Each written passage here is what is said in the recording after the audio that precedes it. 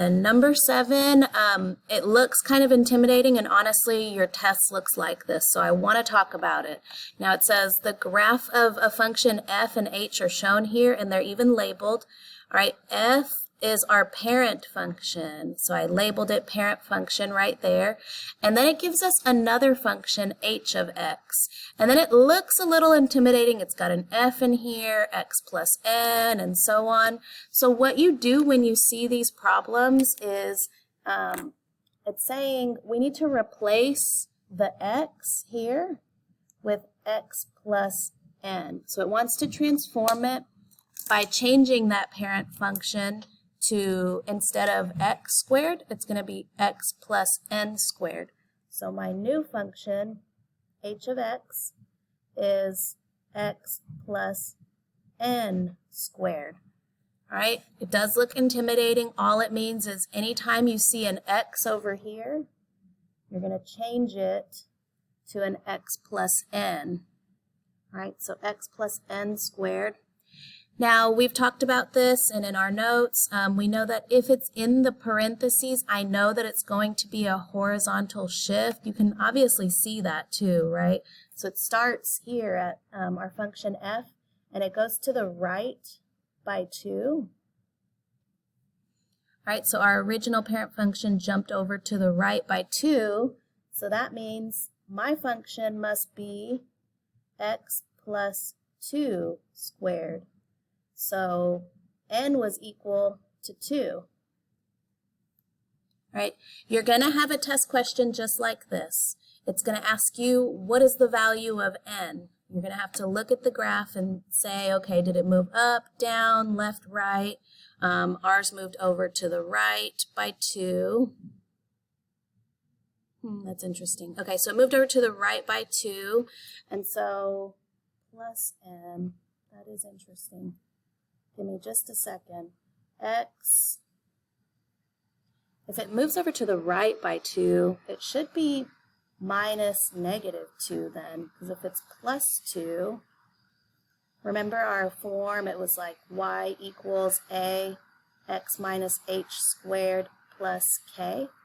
So if it moved to the right, it should be a negative 2.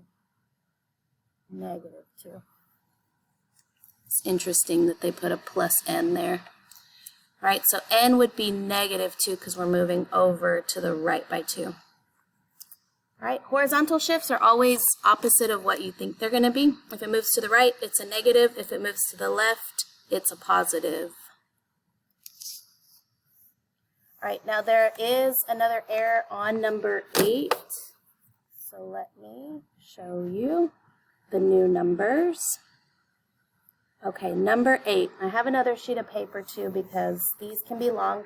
This was the IXL that I only required you to get a 50 on because it's really tedious. This was the plugging the H and the K and the X and the Y in there. All right, so they give us, it says a quadratic function in a vertex can be represented by the graph that has a vertex. So I'm going to rewrite this so I can label stuff. 2, negative 5. And it passes through the point 1, negative 2. So this was the IXL that was hard. So I want y'all to remember the steps here. So write down what you know. This is my H, this is my K, this is my X, and this is my Y. I want to recall the vertex form. All right, so that's step 1. That vertex form is the y minus a, x minus h squared plus k, like that. So that's my step 1. My step 2 is I'm going to plug in everything.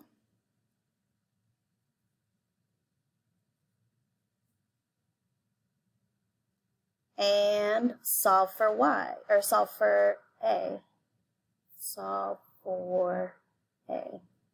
So I know y is negative 2 equals, we don't know a yet, that's what we're trying to solve. X is 1 minus h, which is 2, squared plus a negative 5. All right, I'll simplify that in a second, but I'm just showing all my steps right now. So then I get -2 equals a. 1 minus 2 is -1 squared. This becomes a -5. All right, add the 5 to both sides, and you should get 3 equals -1 times -1 is +1, a. So a is equal to 3. All right, so once you get a, your third step is going to be plug in H, K, and A. Forget about the X and Y. We're done with that. The only reason we needed it was to find A, and we did find A. So we had a vertex at 2, -5, and we had A is 3. This is my H and K. And Y equals 3. X minus 2 squared minus 5. All right, and we got that from our vertex form, like so. All right, if you have any questions, feel free to ask them. So we started with our vertex and our point, and that was HKXY. I plugged all that stuff in and solved for A. I got A is equal to 3.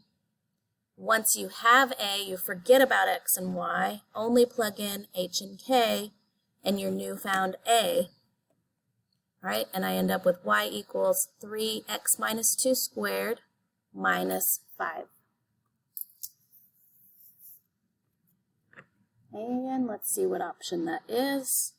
Looks like option C. All right. And so if you're ever unsure of yourself, let me zoom out. I went ahead and I graphed number 8 as well. Now bear with me. This is our original graph that they gave us. It said, let's see, which quadratic function? Oh, okay, this is option A right here. Option A, it asks us, okay, if the vertex is at 2, -5, well, look at this vertex. It's not at 2, -5, so it's not A. B, I've got a vertex of 2, +5. That doesn't match with what our question asks. All right, option C, I've got a vertex at 2, -5. That works. And let's see if it passes through that point, 1, -2. Well, it does. And so if you're ever wondering if you got the right answer, go through your answer choices and graph them. Go to Desmos Calculator, take the time, and type out each of your answer choices. All right, our answer choices were right here. So all I did was take those and I plugged it into the calculator and just figured out which one had a vertex at 2, -5 and a point at 1, -2. All right, that's the beauty of multiple choice. You have options here. Lots of different ways that you can do things. All right. Question number 9. Oh, so by the way, I'm going to do a calculator video this weekend too. We got some news about the STAR testing, and so I want to make sure y'all know how to use them. All right, so the graph of a quadratic parent function f is transformed to create a new and transformed function. I put that there so that way you kind of remember this is a new function. Our parent function, what they want us to do is replace the x with an x plus 6. All right, so we have to think about which way our graph is going to shift if we have that x plus 6. Let me zoom out so you can see it better. All right, also it has a negative in front of it, so we know a few things. So let me write this new function out. wx is going to be negative x plus 6 squared, because it tells me to put a negative in front of that parent function. Our parent function was x squared, and instead of an x, it wants an x plus 6, so that's where I got this wx from. All right, so we know a few things about transformations. We know that if there's a negative in front of it, let me do this in a different color, it's going to reflect. All right, it's going to reflect, so it's no longer facing upward, it's going to face downward. And if you've got something in the parentheses here, that's going to be a horizontal shift. And since it's a plus, it's the opposite of what we would think. It goes to the left 6. All right, left 6. So we want to look for one that's facing downward and is shifted to the left by 6. I can already see it. Answer choice D. It's shifted to the left by 6. And it's reflected downward. All right, it's reflected down, and it went to the left 6. All right. So number 10, again, your test is going to look like this, where it has the wording. It's kind of intimidating like this, but it says that the graph of f of x is x squared is transformed. So this is our parent function again, and it transforms to f of 6 of x. What that means is I'm going to replace the x in the parent function with 6x. So I'm going to end up with h of x equals 6x squared, like that. All right, 6x squared. All right, and so our a value, the value in front of the x, is greater than, a is greater than 6, the absolute value. So it's going to be a vertical stretch by a factor of 6. All right, I don't see any other like horizontal or vertical shifts here. So let's look for our option. Option C, H is a vertical stretch of F. And if you don't believe me, you can go to Desmos calculator and you can graph the two things. All right, you can graph that parent function. In fact, we have a little bit of time on my recording. It stops at 15 minutes. I'm going to put the parent function in. F of x equals x squared. And then it says h of x equals 6x squared. All right, so you can see that it took that red one and it pulled it, it stretched it, it's all skinny now. So now we've got this vertical stretch. It didn't shift up or down or left or right. That vertex is still the same. I'm going to title this number 10, and I will post it with your key.